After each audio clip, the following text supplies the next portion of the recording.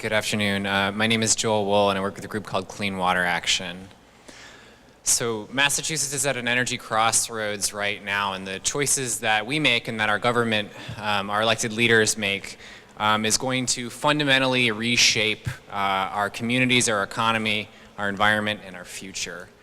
As you well know, coal and nuclear power plants in the region are shutting down, and we should be proud that we are transitioning away from harmful and extractive industries. So much of this change is thanks to pressure that you have put on extractive corporations that frankly do not care what happens to you, do not care what happens to your families, and simply care only about the bottom line. And you've heard so much today about what policies need to be put into place to protect our future, and particularly protect the future of the Cape and the South Shore during the transition around nuclear, and as well as other parts of New England as we think about other power plants. But I want to add a couple of things to this, and one is that we really need to hold firm, certainly on the fights that you've been firming, but broaden our view to the frontline fights that communities across Massachusetts and New England have been facing. We can't simply trade one extractive industry for another. We cannot do that. Entergy, on its way out, made plenty of moves, and because Mary Lampert is on our board, I certainly have been well aware. Let's make sure they don't get any subsidies. Well, I think you were successful on that one, and I congratulate you for that. And what I want to say is that dirty energy companies have been trying to really steal from the public and steal from ratepayers for a long time, and they're still trying, and frankly, they're still doing it, and that's just got to stop. So, here's something that I want to see not happen, and then we can talk a little bit about what should happen, right?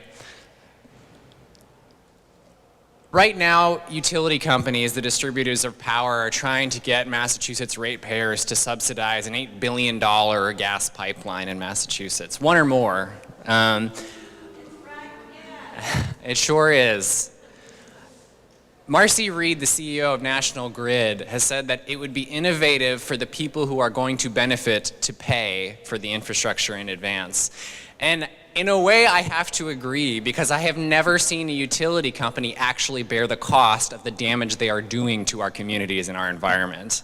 I've never seen an energy company that wants to pollute, that wants to make as much money as possible, actually bear all of the damage there, or even the financial, infrastructure investments.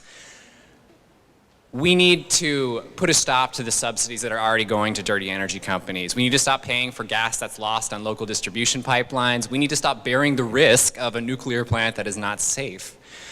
But we also need to really look forward, and at these choices that are being made, make sure that our legislature and our electric bills put our money and our policies in the right direction. That's going to be incredibly important for us.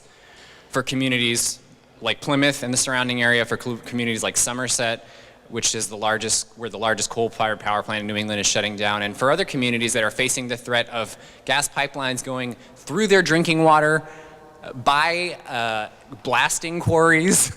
I mean, this is absurd. No person in their right mind would let this happen to their own community, and frankly, every community where these projects are proposed is fighting back. So what we've been trying to do with this Massachusetts Power Forward campaign that groups like Toxics Action Center and where I work, Clean Water Action, Massachusetts Sierra Club, and many of your organizations or communities or faith groups are also partnered in, is really set the positive vision of investing in things like what you've heard about a little: wind, solar, energy efficiency, ending subsidies to utility companies, and really stronger communities where the energy dollars we spend are invested in our neighborhoods and creating jobs here. I want to add one more point, which is just that walking up here, on my way here, I ran by a gentleman named Steve Tolman, the head of the AFL-CIO in Massachusetts. What's happening to communities that are going through energy transition is difficult. It is incredibly difficult, it is incredibly hard.